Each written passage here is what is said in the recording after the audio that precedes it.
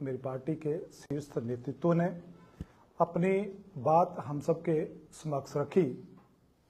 जो पिछले कल बिलासपुर, वो भी बिलासपुर सदर में जो ये एक दुखद घटना हुई है, मैं उस घटना की कड़े शब्दों में निंदा करता हूं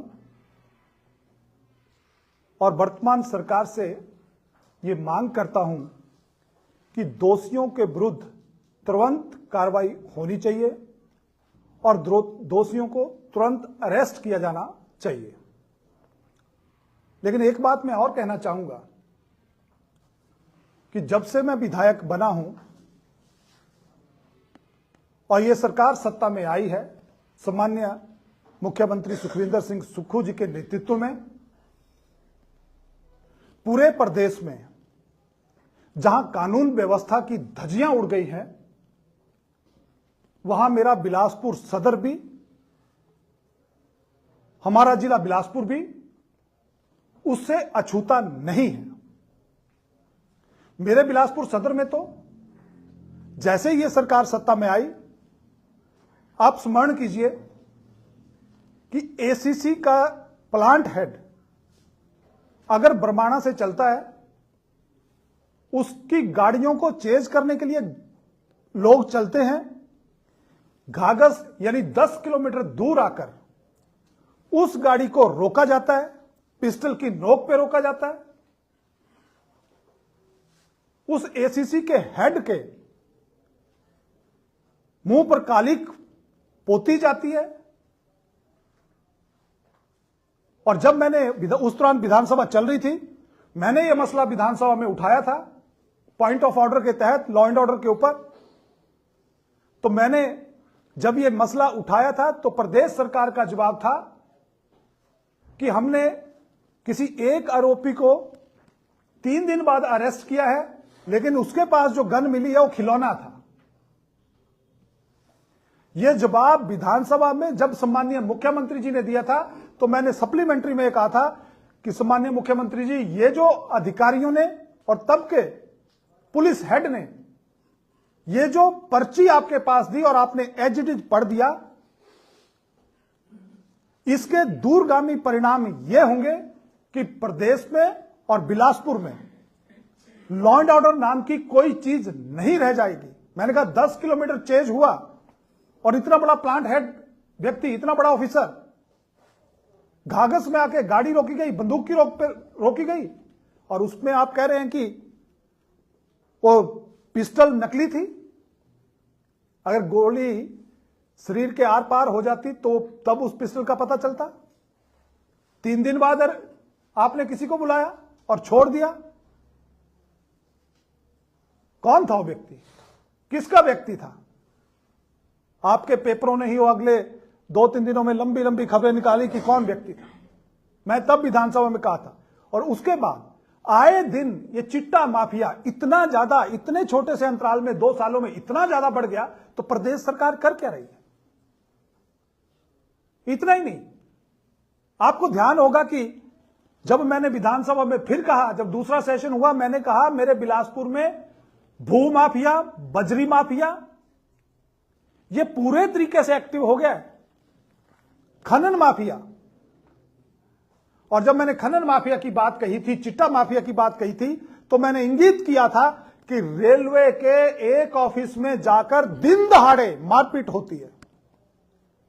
दिन दहाड़े मारपीट होती है। कौन कौन लोग उसमें इन्वॉल्व हैं? क्या कार्रवाई इस पुलिस ने की? अगर उसमें पुलिस निष्पक्ष जांच करती, उसमें पुलिस दोषियों को अंदर करती, भाई भतीजावाद ना करती, राजनीति से प्रेरित विषयों को ध्यान में रख के वो कार्रवाई नहीं करती, तो बिलासपुर के शहर में उसके बाद दिन दहाड़े कोर्ट के बाहर गोली चली। पहली बार हुआ डीसी ऑफिस के सामने, एसपी ऑफिस के सामने, सेशन कोर्ट के सामने दिन दहाड़े गोली चलना। गोली किसने चलाई? कौन लोग उसमें इन्वॉल्व थे? किसके लोग इन्वॉल्व थे? किनका बेटा अंदर रहा? पूरे शहर का पूरा माहौल खराब कर दिया। उसमें भी पुलिस ने निष्पक्ष जांच नहीं की, पुलिस ने उचित कार्रवाई नहीं की जो करनी चाहिए थी। किनका बेटा 2 महीने अंदर रहा, किनका बेटा बेल पे जेल से बाहर है, कौन शूटरों को पैसे देके लाया। उस दौरान एसपी बिलासपुर का बयान जो हाई कोर्ट में बेल की रिजेक्शन के लिए जो एफिडेविट एसपी साहब ने दिया था, उसमें क्या लिखा था कि मास्टरमाइंड कौन है, और उसमें लिखा था कि सुपारी देकर 3 लोगों की सुपारी दी गई है। मेरे पास वो एफिडेविट है, गोली चलाने के लिए 3 लोगों की सुपारी। ये कौन सा सिलसिला शुरू हुआ? बट लेकिन प्रदेश सरकार ने इसकी तरफ कोई ध्यान नहीं दिया। जिला पुलिस एडमिनिस्ट्रेशन ने इस विषय में पॉलिटिकल प्रेशर में लिपापोती करने का काम किया, और इससे चिट्टा माफिया के, इससे खनन माफिया के, इससे सुपारी माफिया के हौसले इतने बढ़ गए, जिसका परिणाम पिछले कल की घटना है। घटना अति निंदनीय है। भारतीय जनता पार्टी और खासकर मैं इस घटना की पूरी निंदा करता हूं। सभ्य समाज में हिंसा का कोई स्थान नहीं है। हम एक शांतिप्रिय देवभूमि में रहते हैं, हिंसा के लिए कोई स्थान नहीं है। लेकिन वर्तमान प्रदेश सरकार कर क्या रही है? पिछली बार भी आरोपी 10 दिनों के आसपास अरेस्ट हुए थे। पिछले कल भी दिन दहाड़े, जैसा मैंने एक सोशल मीडिया में चल रहा था वीडियो सा, जो सीसीटीवी की फुटेज थी, सरेआम व्यक्ति आकर गोलियां चलाकर यहां से भाग गए। प्रदेश सरकार, प्रदेश की पुलिस उन व्यक्तियों को अरेस्ट करने में पूरे तरीके से असफल रही। ऐसा क्या हो गया कि गोली चलाकर व्यक्ति पैदल भागता है, उसको हमारी पुलिस पकड़ ही नहीं पाई? हमारी इंटेलिजेंस क्या कर रही थी? हमारी सीआईडी क्या कर रही थी? कुछ दिन पहले मुझे ध्यान है कि बिलासपुर पुलिस ने कुछ लोगों को अरेस्ट किया था। तो इसका मतलब पुलिस को अंदाजा था, पुलिस के पास जानकारी थी, कुछ जानकारी हमने भी साझा की थी, लेकिन उसके बावजूद घटना हो गई। तो प्रदेश सरकार आखिर कर क्या रही है? जो सूचना आती है उसका क्या करती है? हमारी इंटेलिजेंस विंग क्या कर रही है? अगर कांग्रेस के नेता और पूर्व विधायक यहां बिलासपुर में सुरक्षित नहीं है, तो बिलासपुर की आम जनता का क्या होगा? बिलासपुर की दूसरी पार्टियों के नेताओं का क्या होगा? जिनकी सरकार, उनके नेता सुरक्षित नहीं। यह प्रदेश की कानून व्यवस्था की हालत है। आजकल हमारा सेशन चल रहा है। मैंने अभी जब मीडिया से इंटरेक्ट किया था, हमने आज महामहिम राज्यपाल महोदय को डिप्टी कमिश्नर बिलासपुर के माध्यम से ज्ञापन दिया। हमने इसी पार्टी ऑफिस से एक पूरे शहर में, ताकि शहर में एक वातावरण, जो लोगों में दहशत है, जो लोग सहमे हुए हैं, डरे हुए हैं कि कोई भी व्यक्ति आएगा गोली मार के चला जाएगा,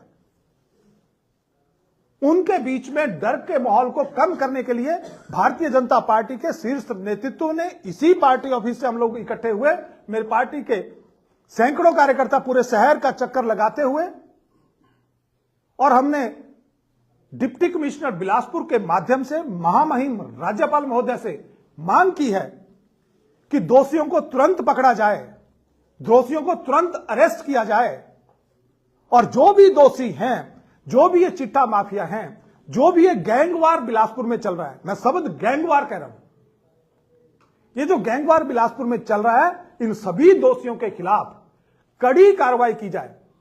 मैं एक इंसिडेंट की बात नहीं कर रहा हूं, इस इंसिडेंट के साथ जितने इंसिडेंट पीछे जुड़े हैं, सबकी बारीकी से, निष्पक्ष एजेंसी से, चाहे हिमाचल प्रदेश हाई कोर्ट के सिटिंग जज से हो, चाहे रिटायर्ड जज से हो, या सीबीआई की इंक्वायरी हो, जैसा प्रदेश, क्योंकि यह सारा प्रेरोगेटिव प्रदेश सरकार का है, जो प्रदेश सरकार चाहे उचित कार्रवाई, निष्पक्ष जांच इस सारे विषय में होनी चाहिए।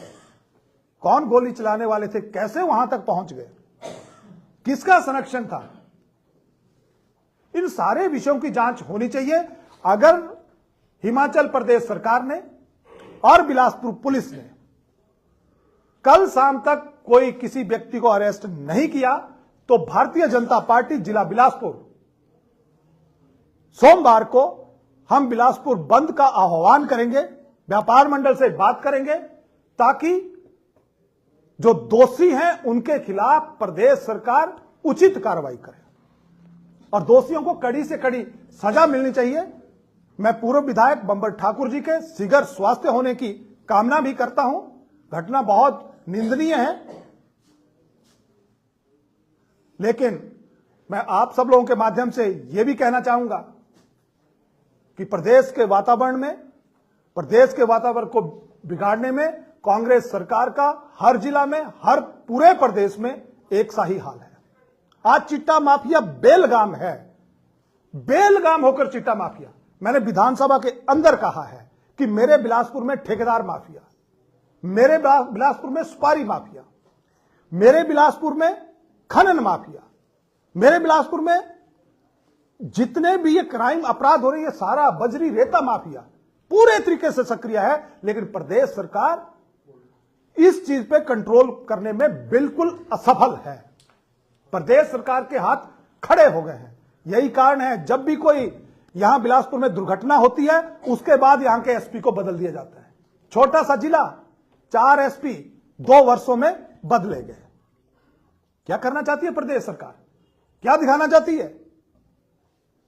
इसलिए ये जो पिछले कल हमने महामहिम राज्यपाल महोदय से इस ज्ञापन के माध्यम से मांग की है, और भारतीय जनता पार्टी हिमाचल प्रदेश, जिसकी शायद हमारे एलओपी उसके ऊपर कहेंगे या पार्टी का शीर्ष नेतृत्व कहेगा, लेकिन हम गवर्नर महोदय से भी बात शिमला में भी करेंगे, और विधानसभा का सेशन चल रहा है, मैं इस विषय को विधानसभा के अंदर भी उठाऊंगा कि मेरे बिलासपुर की यह हालत है।